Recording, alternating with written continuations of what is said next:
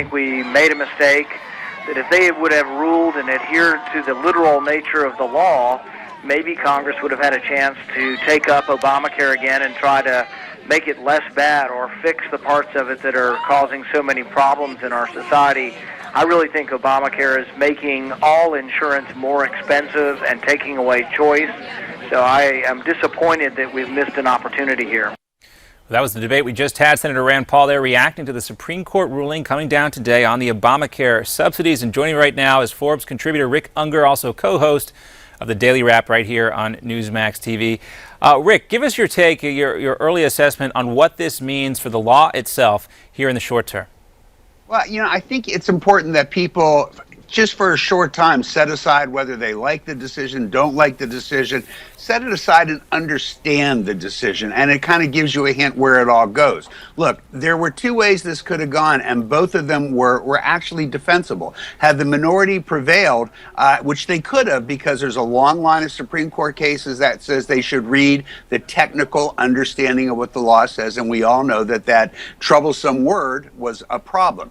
Yet there's another line of cases which say that the court is responsible to take the overall intent of Congress and understand what they intended. Now, where the majority came down is that since, as the Chief Justice put it, since the idea was to create better healthcare exchanges, not destroy them, it must mean that Congress intended for these subsidies to be available to all. Now, look at what the practical aspect of this is, and you begin to understand the decision.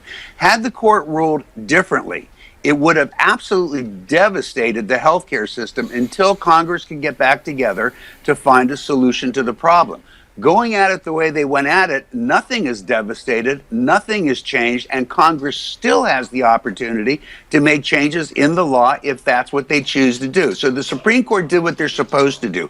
I'll leave it to Congress. They're there to interpret the law, but it's ultimately up to Congress to keep it, change it, do what they wish to do. What they did was still allow Congress that opportunity in the least disruptive fashion.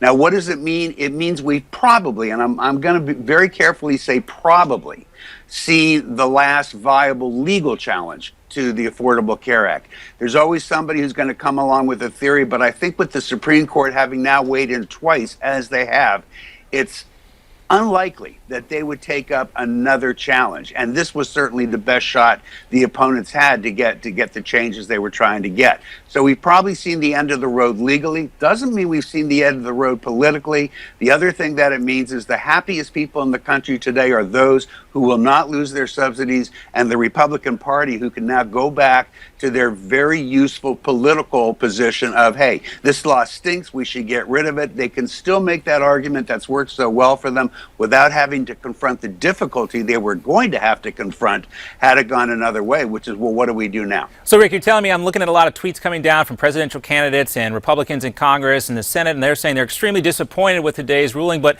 again, we talked about these bridge plans that Congress was supposed to have in place in case the chaos did ensue.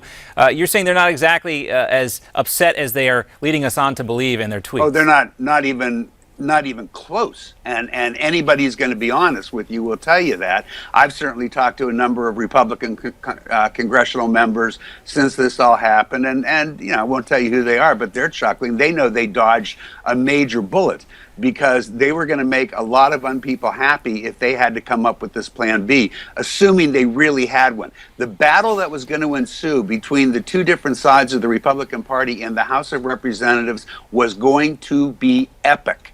They've now avoided that while maintaining their political position. One of those members of Congress currently and presidential candidate Marco Rubio on Twitter wrote this, quote, "Despite the court's decision on Obamacare, it's still a bad law, and that is having a negative impact on our country and on millions of Americans." So this is what we're going to expect from the candidates out on the trail. When do you expect any of them to get more specific on what their policy, if they were to be president, might look like? Absolutely never. Absolutely never. There are things that people kind of turn a blind eye to here, and until people come around to understanding certain realities, nobody's going to understand the law. But these people running for president do understand it. It's very simple. The most objectionable thing in Obamacare to most of the American public who don't like it is the individual mandates. The fact that the government tells you you must buy an insurance policy. This offends millions of people.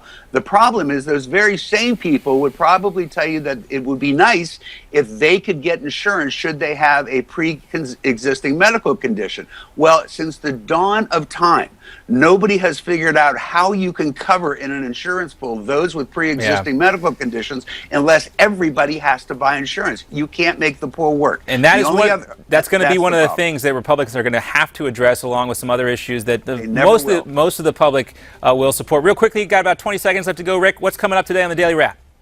Oh, we're certainly going to be talking a great deal about this. Our friend John Funn's going to join us for a few segments to give us his take.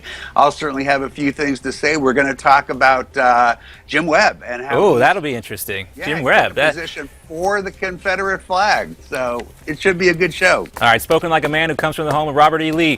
Not you, but Jim Webb. Rick Ungar, thanks so much for being with us.